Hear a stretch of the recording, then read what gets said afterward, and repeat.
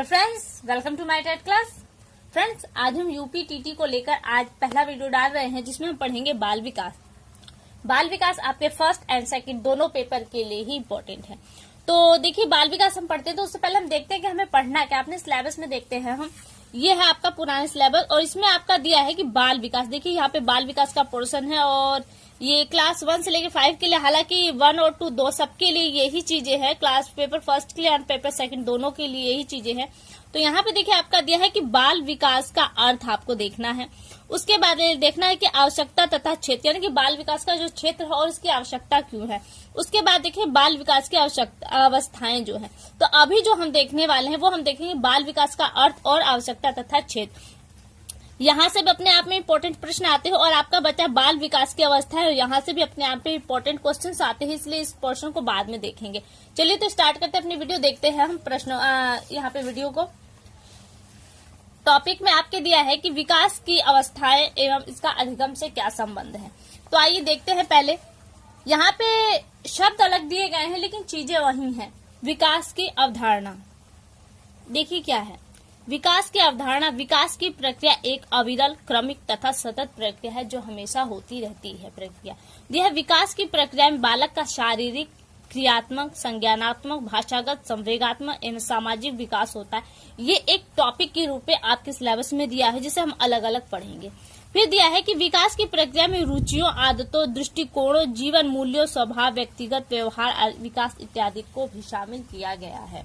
आगे बाल विकास का क्या तात्पर्य है। देखिए बाल विकास का तात्पर्य बालक के विकास की प्रक्रिया, वो देखिए बालक के विकास की प्रक्रिया में उसके जन्म से पूर्व, जब वो गर्भ में आता है तब से प्रारंभ हो जाती है और विकास की इस प्रक्रिया में वो गर्भावस्था, शैशवावस्था, बाल्यावस्था, किशोरावस्था, प्रौढ़ावस्था इत्यादि कई अवस्थाओं से गुजरते हुए परिपक्वता की स्थिति को प्राप्त करता है।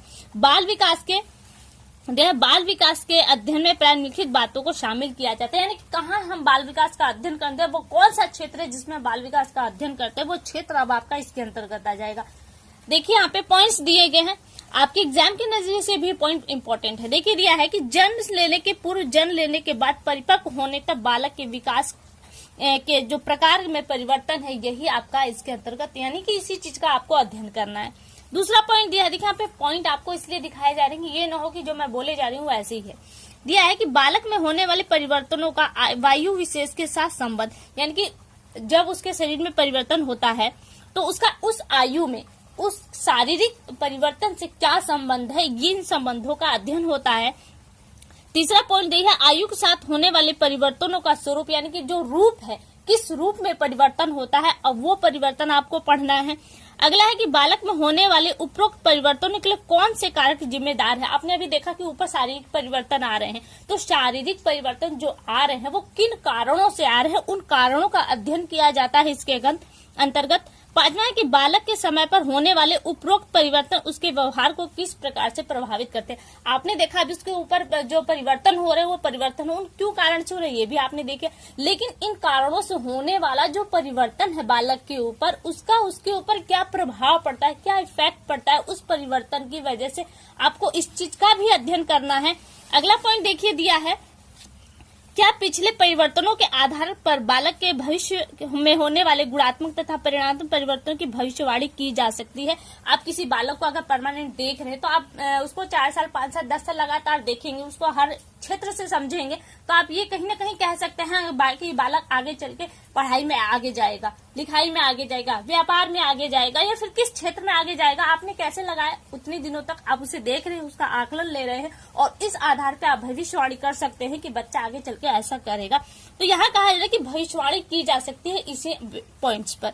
अगला पॉइंट दिया है, क्या सभी बालकों में वृद्धि एवं विकास संबंधी परिवर्तनों का स्वरूप एक जैसा है। ये व्यक्तिगत भिन्नता के अंतर्गत आने वाला पार्ट है कि अगर एक ही दिन, एक ही समय में 2 जन्मे हुए बच्चों का अगर हम ले तो देखेंगे समय के साथ उनमें परिवर्तन और विकास दोनों में ही काफी अंतर मिलेगा। तो इन चीजों का भी आपको अध्ययन करना है। अगला दिया है कि बालक में पाए जाने व्यक्तिगत भिन्नताओं के लिए किस प्रकार के आनुवांशिक एवं परिवेशजन्य प्रभाव है। यानी कि जो उनके 2 बालकों जो एक साथ जन्मे हैं, आप उनका अध्ययन कर रहे हो, देख रहे हैं कि दोनों में परिवर्तन है, तो वो कौन से कारण है, वो कौन से आनुवांशिक कारण है और कौन से वातावरण वाले कारक है जिनके कारण उनमें व्यक्तिगत भिन्नता देखने को मिलती है।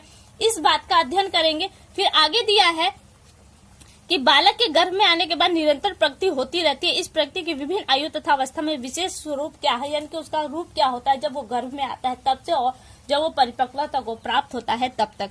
फिर 10वां पॉइंट दिया है कि परिवर्तन की प्रक्रिया की क्या प्रगति होती है। उसके देखिए यहाँ पे दिया है कि बालक की रुचि, आदतों, दृष्टिकोण, जीवन मूल्यों, स्वभाव तथा उच्च व्यक्ति एवं व्यवहार गुणों में जन्म के समय से ही निरंतर परिवर्तन होता रहता है और उनका विभिन्न आयु वर्ग अवस्था विशेष से क्या स्वरूप होता है, इस परिवर्तन का भी अध्ययन आप इसी के अंतर्गत करेंगे।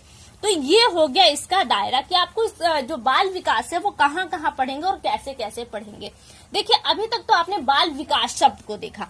अब देखिए यहाँ पे आपने अभी तक विकास शब्द को ऊपर सब जगह पढ़ा, लेकिन विकास और वृद्धि, क्योंकि हमने देखिए शारीरिक परिवर्तन में भी विकास शब्द यूज किया है और उसके मानसिक विकास को भी लेकर हमने विकास शब्द को यूज किया है, लेकिन वृद्धि और विकास में काफी अंतर है। लेकिन होता क्या है कि वृद्धि और विकास को हम काफी एक मान लेते हैं और इस कारण से हमसे एक जगह बहुत गलती हो जाती है कि जब इससे रिलेटेड प्रश्न बनते हैं तो हम हमेशा गलती कर जाते हैं।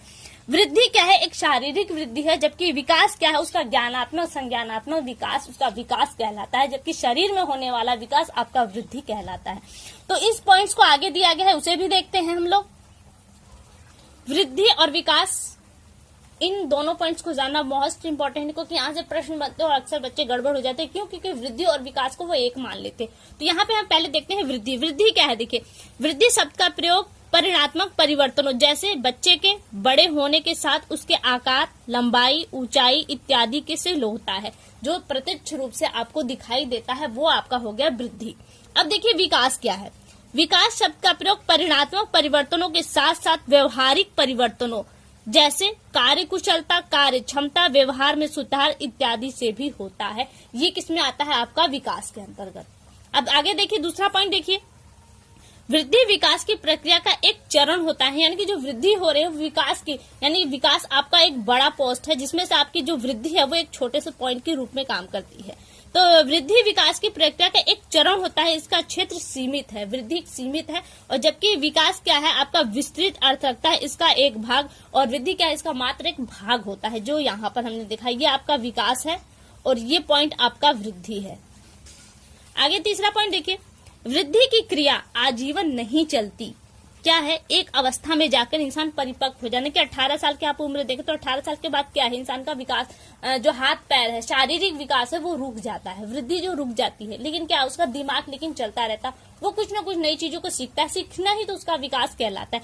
तो कहा जा रहा है कि वृद्धि की जो क्रिया है वो आजीवन नहीं होती, क्या है, एक अवस्था तक होती है, बालक के परिपक्व होने के साथ यह रुक जाती है। जबकि वृद्धि क्या है, विकास क्या है, विकास एक सतत प्रक्रिया है। बालक के परिपक्व हो जाने के बाद, जिसे हम कहते हैं ना 18 वर्ष के बाद बालक परिपक्व हो जाता है, उस परिपक्व होने के बाद भी उसका क्या, विकास की जो प्रक्रिया है वो चलती रहती है।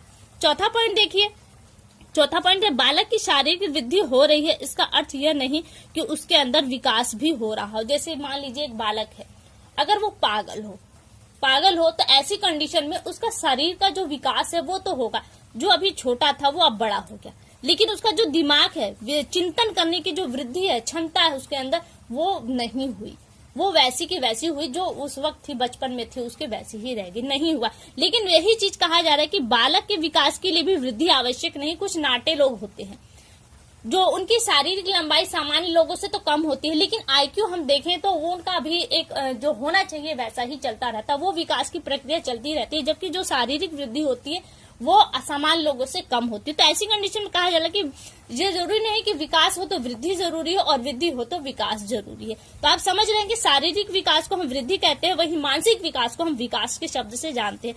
प्रश्न आपका आएगा कि वृद्धि और विकास क्या है, और आपके यही चारों ऑप्शन बनकर आए, जैसे वृद्धि की प्रक्रिया आजीवन नहीं चलती, ये पॉइंट सही है। फिर यह होगा कि जो विकास की प्रक्रिया वो सतत चलती रहती है। तो ऐसे पॉइंट्स बनकर आएंगे एक साथ आपके, और आपको वहां से छांटना होगा। आगे देखिए क्या दिया है, आगे दिया है मानव विकास की अवस्थाएं। अगर आपका सिलेबस देखें हम यहाँ, तो देखिए तीसरे पॉइंट के रूप में आपका यहाँ पर आया है बाल विकास की जो अवस्थाएं हैं। देखिए यहाँ पर है बाल विकास की अवस्थाएं, तो यहाँ पे है मानव विकास की अवस्थाएं, या फिर इसे बाल विकास की अवस्थाएं भी कहते हैं, क्योंकि जो मानव विकास की अवस्थाएं वो इस रूप में दिखाई गई हैं, और यहीं से जो इम्पोर्टेंट हमारी अवस्थाएं हैं उनका ही अध्ययन बाल विकास के अंतर्गत आता है। तो फिर यहाँ से भी आपके मोस्ट इंपोर्टेंट क्वेश्चन बनते हैं, इसलिए हम इस दूसरी वीडियो में देखेंगे। फिलहाल के लिए केवल इतना ही। अगली वीडियो में आपसे बहुत जल्द मुलाकात होगी, तब तक के लिए नमस्कार।